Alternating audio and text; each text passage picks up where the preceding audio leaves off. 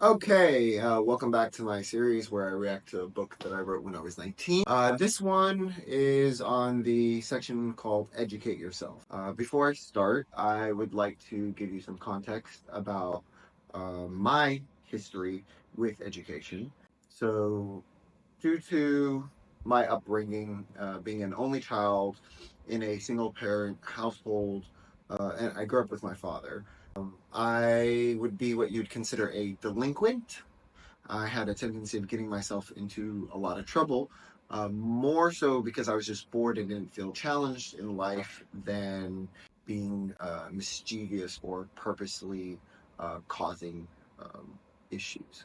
So, because of that, and my father's willingness to just persevere, and the people around us and the people involved in my life being very good support structures, I actually went through a lot of different education systems. So initially, I was in a public school, and then I got shipped abroad and went to a international school, and then I got put into a public school in the city. Then I got put into a public school in the countryside, which I don't even want to get into right now, and then back to the US, back to public school, and then to a private school, not an international school, just a regular private school, then back to public school, then to public school in the countryside, and homeschooling with a private tutor because I needed to take about half a year off. Again, I'll get into that some other time. That's not specifically related towards this topic or education.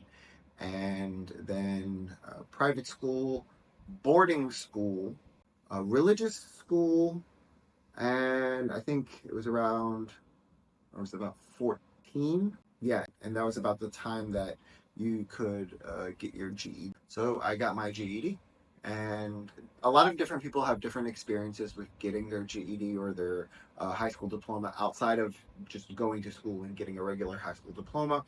And for me, I was very fortunate because, like I said, I wasn't a delinquent necessarily, or what would be considered a delinquent necessarily because I lacked skills or because I lacked knowledge or understanding or comprehension, but it was quite the opposite. So, for example, when I was in the ninth grade, I was taking 11th grade trigonometry, so I was advanced for my age. So when I did get my GED, I was fortunate enough to be able to complete it without having to take on any extra coursework. Now, not everybody goes through that, and there's a multitude of reasons. Sometimes it's because, well, unforeseen circumstances or whatnot. Now, after that, I went to college, and that's because I wouldn't have been able to get accepted into a university without getting very high SAT scores, which would complicate things. So I did a 2 year course, and then I got my university degree, and then eventually I worked on my master's. I am continuously being a lifelong learner. I advise anybody who thinks otherwise to reflect on why they feel that, because from my experience and from the people I've interacted with, it's not that they don't want to be a lifelong learner, but that they have an issue with negative thoughts, yeah, about what education is, about what learning is. And that's the thing. Whether or not you know it, you are always learning. Sometimes you're learning good things and good habits, and sometimes you're learning bad things and bad habits. So I think if you're a parent and you're watching this, if you're finding issues with your child, your teenager, your young adult, right, you need to find out what it is, why it is. Do not make any assumptions. I know a lot of times parents who don't know enough about their kids, they're like, but he's failing all of his classes, so obviously he doesn't know what's going on. No, I had this issue. Remember, I was telling you I was in 11th grade trigonometry when I was actually in the ninth grade? Right. I slept in class, and my teacher hated it. So she would always try to trip me up. So she'd call on me, like while I was sleeping. I'd look up, look down at my notebook, write out the answers, answer it, and then put my head back down. And infuriated her more because what she was hoping is I wasn't paying attention. What she didn't realize is even though my eyes were closed, I was actually listening to the coursework. And so I had a lot of experiences like this. So I know what it's like for some people. Now, there are people who have behavioral issues that aren't related to learning. Sometimes it's actually a difficulty in learning. I had friends who were like that as well, who they went through that phase not because they were not being challenged, but because the coursework didn't offer any extra support. And that is another thing. I don't think it's fair to fully blame the young person in this. At the same time, this is an opportunity. If you're a young person and you feel like this, you need to communicate that with your parents or your guardians or whoever is in charge, your educators. Talk to somebody. Don't stay silent about it. If you feel like you're not being challenged, voice it. If you're feeling like it's too difficult, voice it. But you need to reflect and as the person who's involved and as the person who's in charge, you need to actually ask the question. I feel like a lot of times we just disconnect and we're like, oh, they never pay attention. They're always on their phone. Then turn off the Wi-Fi. Trust me, it'll make them start talking to you. Right? That's how you start a conversation. You have to do something. You have to take action. You can't just give in. Right? And for the other side of that, when when the person who cares about you is taking these actions, it's because they love you. It's not because they hate you. It's not because they resent you. They might not understand you. They might not know how to communicate it with you, but it comes from a place of care. And I can only say that in hindsight because at the time that it was happening and all this other stuff. I will admit, though, I was very fortunate that the people in my life uh, were able to see that. They were able to express that on my behalf in a way that my father could understand. So that way I got a better support structure. So to those people, um, to my great aunts, I love you and I appreciate you. Let's start. Educate yourself. School doesn't stop after the diploma. Real education starts when no one's grading you anymore. I think this is very true because this was between college and uni. So I was very in between judging whether or not my college degree would be enough because skill set also really matters. The world is the classroom now, Right. and the test is survival. What are people? People are history, habits, and hurt. Wrapped in skin, running on caffeine, searching for validation. You can show 10 people the same truth and get 10 different reactions. I think this part, how it ties into education, is the fact that a lot of my background when it comes to skill sets, and one of the reasons I'm actually in education, in the field of education, why I ended up becoming a teacher, is because of this, from my experience of traveling and meeting different people and realizing at the end of the day, we aren't all the same. But we're also not so different that you can't find connections and groupings and things like that. Yes, there are niches in the smaller group, but at the end of the day, um, what really helped me get through it was a few good teachers and a few good people. And I felt like, okay, me having that experience is important for me to also be in the education field for other people who are like myself, so that somebody who understands them is also in the field.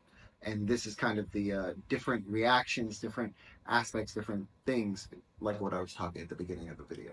Not because they're lying, but because they see it through their own lens. We're told to chase dreams, but never taught to sit still with ourselves. That's why we keep moving. Study people not to control them, but to understand them.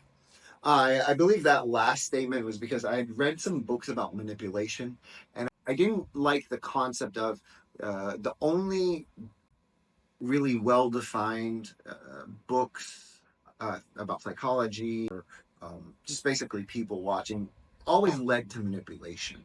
And I didn't want it for that. I wanted that information because, well, I'll get into it in another video why. But so that I could understand people, so I could function in society.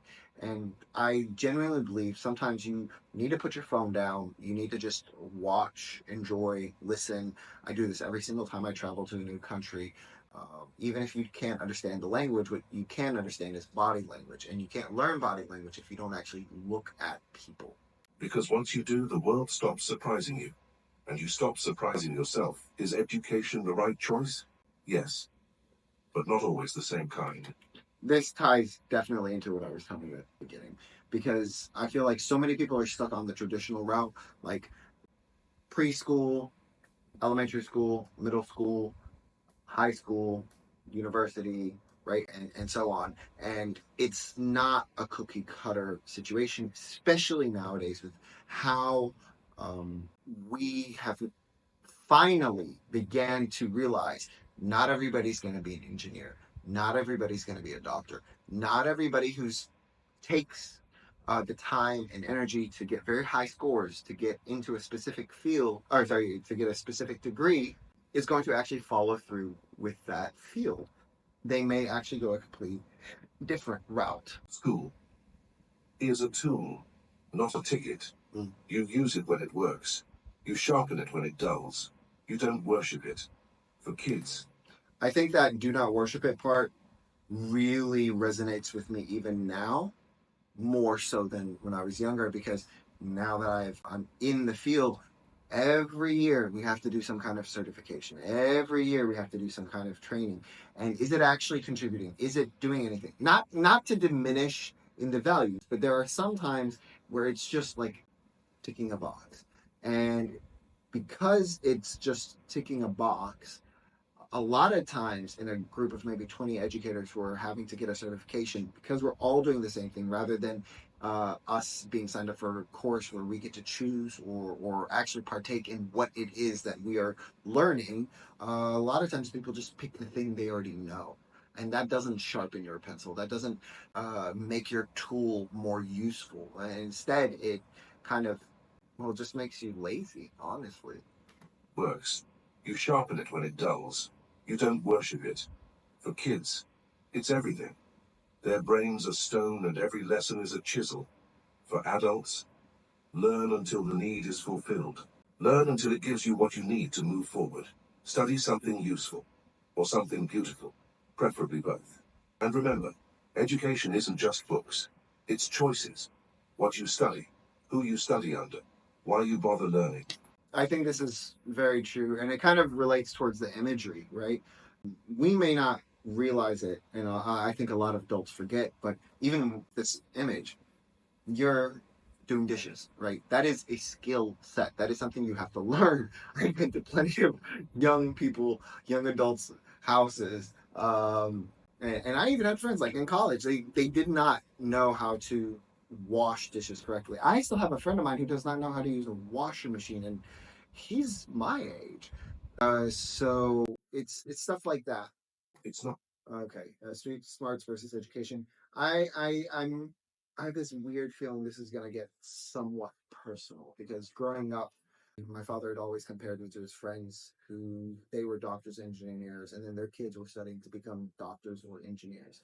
So let's see how bad this is gonna be. Not either or, it's both or neither. Street smarts make you observant, strategic, adaptive. Education makes you articulate, methodical, recognized. Street smarts help you see the game. Education helps you name the game. Put them together, now you can win the game. I believe that's very true. If you watch any motivational videos, if you watch any CEO interviews, if you read any of the books, you will realize, yes, you need both. Everything you need to know you ignored in kindergarten. They tried to teach you early. Share. Say please don't hit. Tell the truth. Then we grew up and replaced nap. Time with caffeine. Kindness with competition and honesty with branding. Most of your problems are still solvable by kindergarten rules. That's something I tell my students. It doesn't matter which year group, which grade I'm teaching. I always have the poster for everything I need to know I learned in kindergarten. If you don't have it, I will. I recommend you read it again. Read it at least once a year. I feel like it's one of those things we all need to reflect on, because we get so caught up in life that we sometimes just forget to be kind, to be generous, and not to put up with other people's crap. Don't take what's not yours. Clean up your mess. Say sorry when you hurt someone. If you're confused, ask. If you're tired, rest.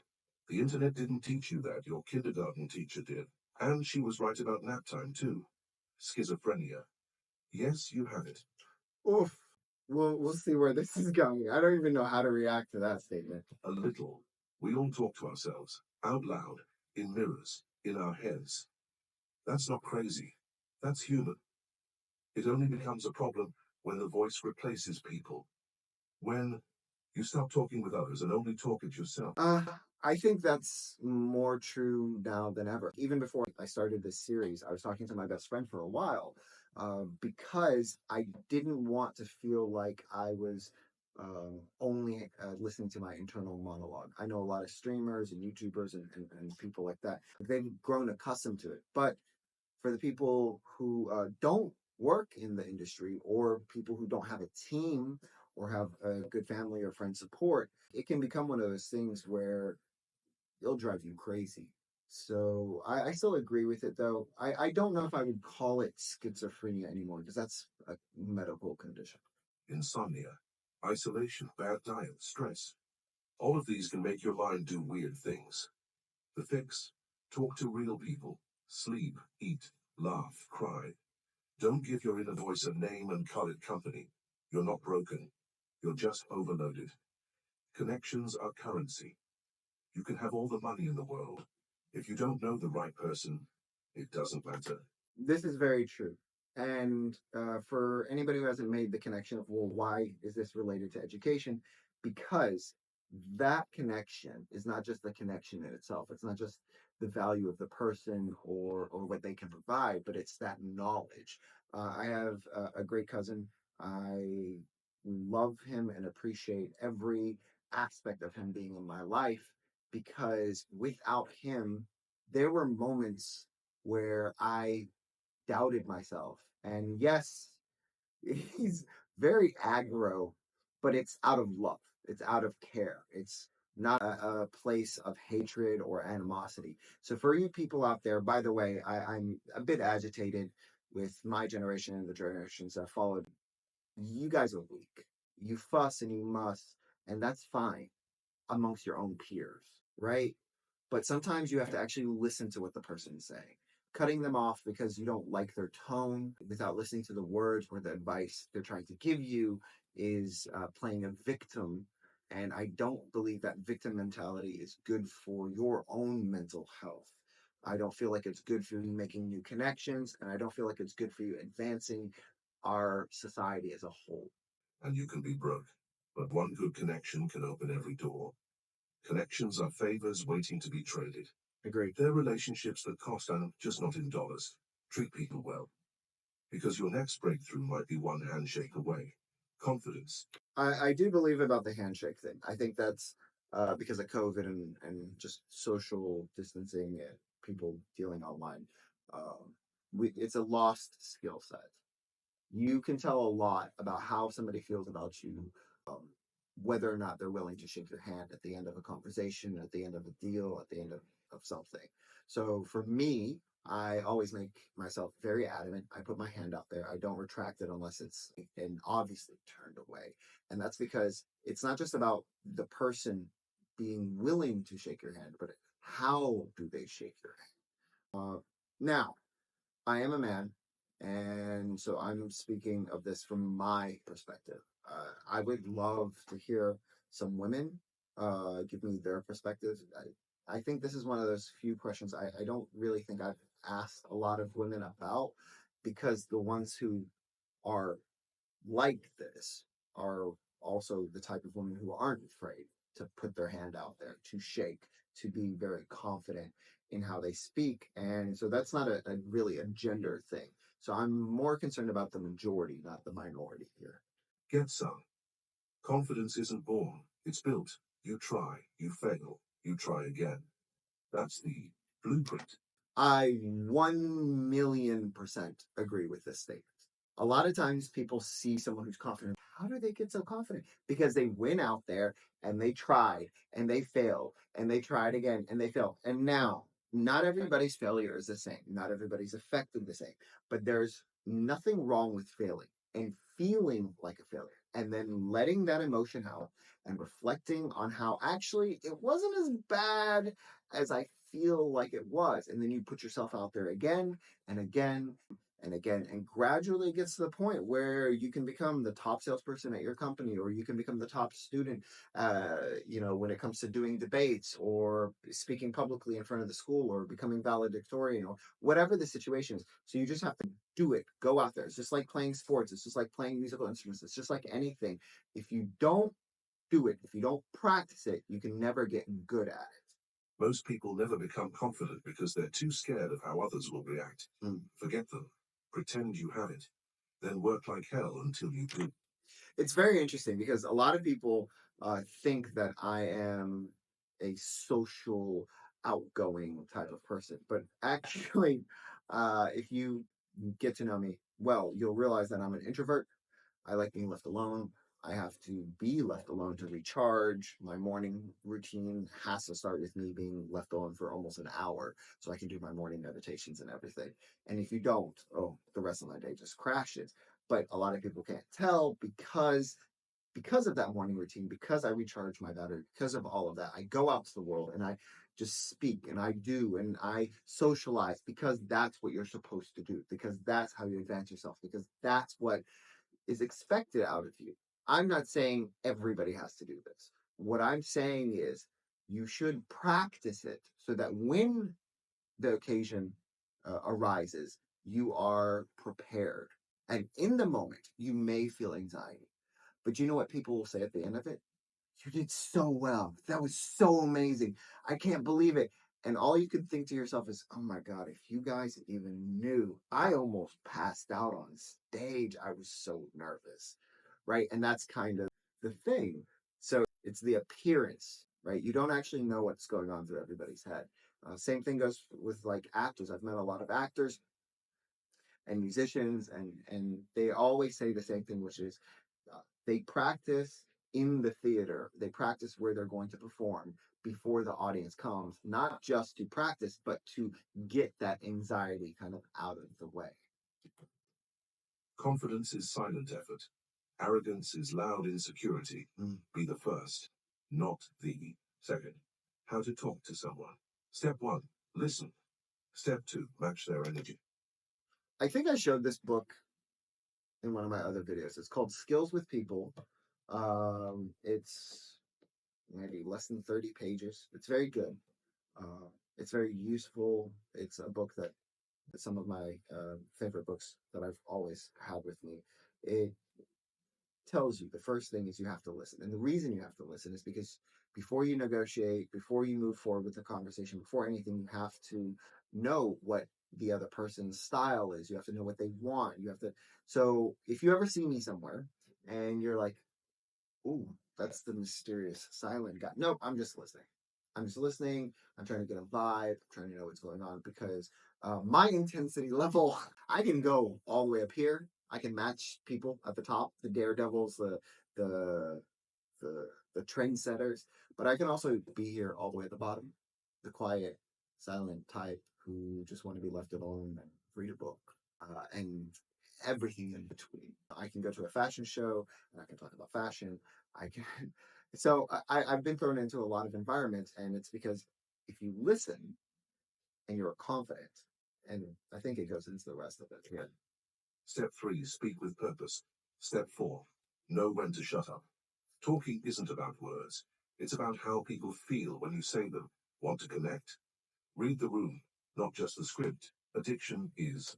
So I agree with all of that. I still agree with all of that. And I believe because I knew it at such a young age, a lot of people said I was very mature for my age. And I was like, yeah, well, that's what happens when you have time to reflect. So, again, if you have an opportunity to reflect, take advantage of it.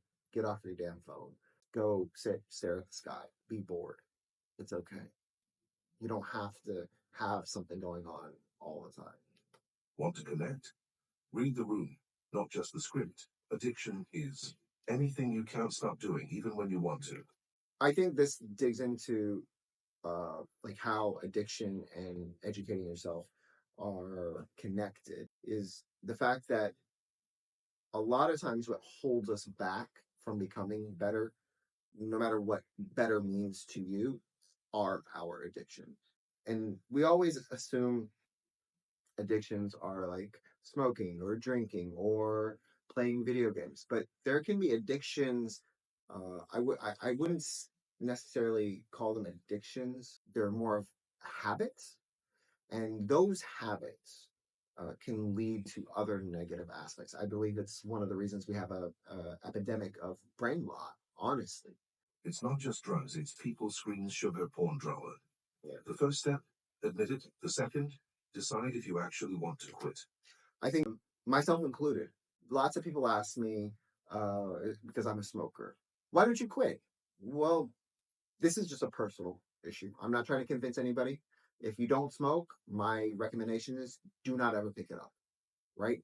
But for me, as somebody who's smoked for so long, I have found advantages. We're not talking about the nicotine, we're not talking about the oral fixation or the habit of doing it.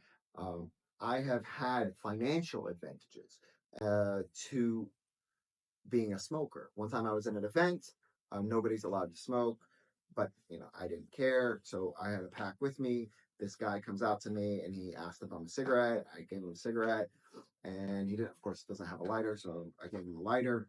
And then afterwards, he was like, "Stop by my booth," and I went stop by my booth. He gave me a gold chain. It was worth a few $100 for a cigarette.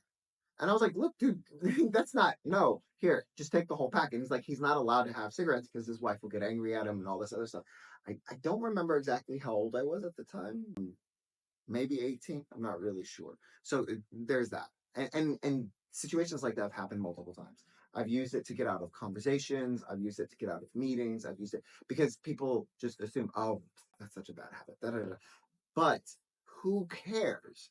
Because it gets me out of that. And as somebody who's really actually an introvert, it gives me an opportunity to recharge my energy. There have been plenty of times where I said I'm going to smoke, but then I didn't, right? It was just to be able to get out of that situation. So, this statement, do you actually want to quit?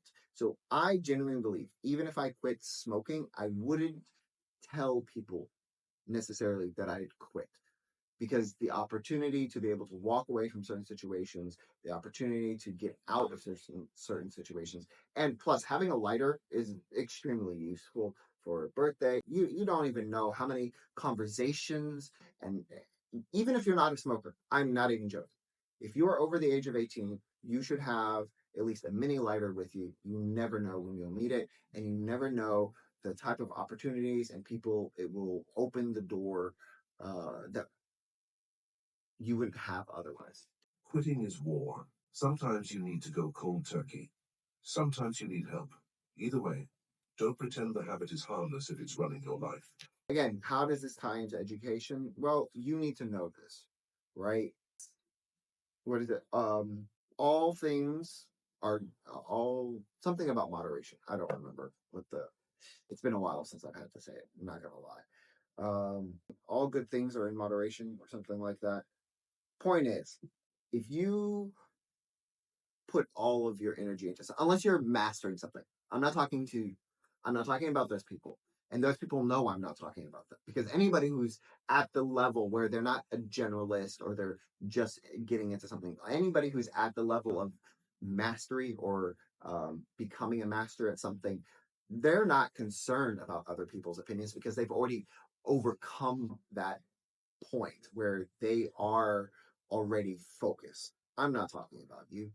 Don't act like the guy who's gonna get a job making 40, 50, $60,000 a year, and you don't want to increase taxes because one day you might become a millionaire. So no, this is the same thing. Don't act, you know what you are capable of. That most likely, until you get a higher education, that most likely you're just going to work a dead end 9 to 5 job.